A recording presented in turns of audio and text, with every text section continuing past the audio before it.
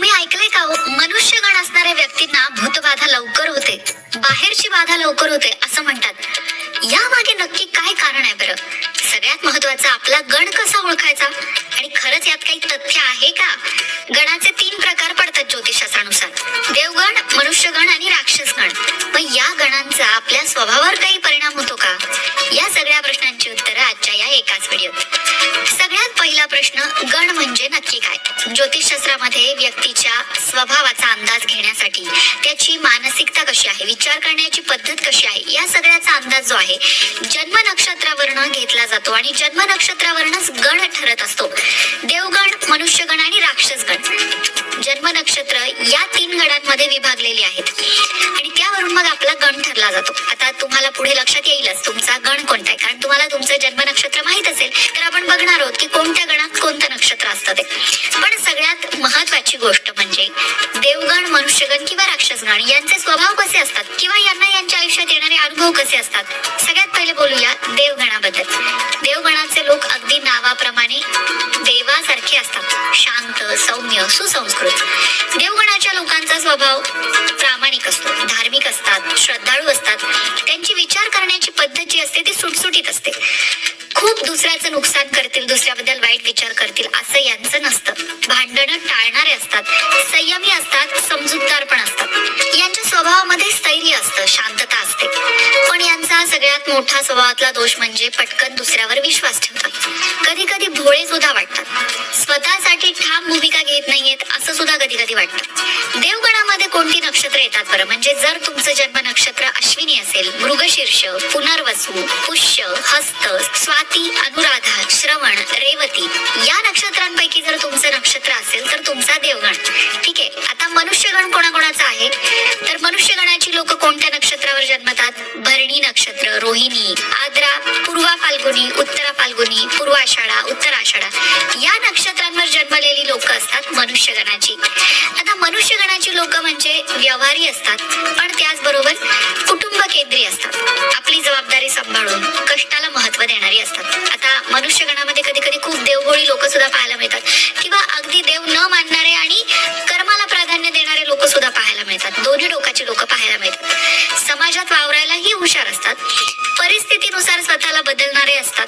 इथे ना शाहरुख खानचं एक गाणं आठवतं, फिर भी दिल है हिंदुस्तानी. ऐकलंय तुम्ही? त्याच्यात जे वर्णन केलंय ना ते मनुष्यगणाचं वर्णन आहे असं तुम्ही म्हणू शकता. त्यातली ती ओळ आहे ना, अपनी छत्री तुमको देते कभी जो बरसे पानी, कभी नए पैकेट में बेचे तुमको चीज पुरानी.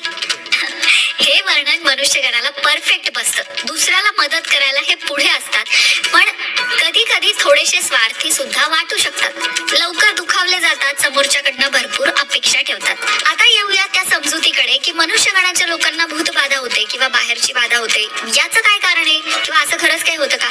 तर मंडळी, मनुष्यगणाच्या लोकांचा स्वभाव असा असतो की बाहेरच्या गोष्टींचा त्यांच्यावर पटकन परिणाम होतो. जसं समोरच्याच्या बोलण्याचा परिणाम होईल, समोरच्याच्या कृतीने दुखावले जाणं असेल किंवा वातावरण त्यांच्या अवतीभोवती जे काही आहे त्या वातावरणाचा यांच्यावर पटकन परिणाम होणं, या सगळ्या गोष्टी यांच्या बाबतीत होतात. आणि म्हणून जे म्हणतो ना बाहेरची बाधा पटकन होते, याचा अर्थ बाहेरच्या सकारात्मक किंवा नकारात्मक दोन्ही गोष्टींचा परिणाम यांच्यावर पटकन होण्याची शक्यता असते.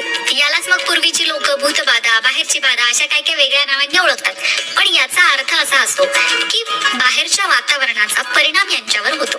आता अर्थात साधना करून, उपासना करून किंवा आपण चांगल्या गोष्टी करून किंवा चांगले विचार स्वतःमध्ये आणून स्वतःच व्यक्तिमत्व जर स्ट्रॉंग करत गेलो तर बाहेरच्या वातावरणाचा परिणाम आपल्यावर होत नाही. म्हणून मनुष्यगणाच्या लोकांनी स्वतःच व्यक्तिमत्व स्ट्रॉंग करण्याकडे भर द्यायचा असतो.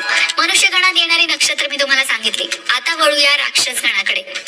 एक मिनिट, राक्षसगण म्हणजे वाईट व्यक्ती असं जर तुमचा समज असेल तर तो डोक्यातनं काढून टाका. राक्षसगणाची लोक वाईटच असतात असं अजिबात नाही. फक्त तुमच्या पर्सनॅलिटी मधले स्ट्रॉंग पॉइंट कोणते हे राक्षसगणावरनं कळतं. जसं यांना प्रचंड आत्मविश्वास असतो, धाडसी असतात, बिनधास्त असतात, नेतृत्व गुण यांच्याकडे असतात, स्वतःच्या अटींवर जगणारे असतात, त्यामुळे हट्टी वाटतात, कधी कधी हेकट सुद्धा असतात. थोडासा अहंकार यांना असतो. हम करे सो कायदा असं यांचं काम असतं. स्वभावाने तापट असतात, पटकन राग येतो. आणि महत्वाची गोष्ट राक्षसगणाच्या लोकांची ही असते की नकारात्मकता यांना फार पटकन जाणवते. म्हणजे एखाद्या जागेत, एखाद्या वास्तूमध्ये किंवा एखाद्या गोष्टीमध्ये जर काही नकारात्मकता असेल असेल तर ती यांना जाणवते. या लोकांकडे तो सेन्स असतो. आता कोणत्या लोकांना राक्षस गणाचं म्हणायचं, तर ज्या लोकांचा जन्म, आता मी जी नक्षत्र सांगणार आहे त्यापैकी नक्षत्र झाला असेल तर मग तुम्ही राक्षस गणाचे.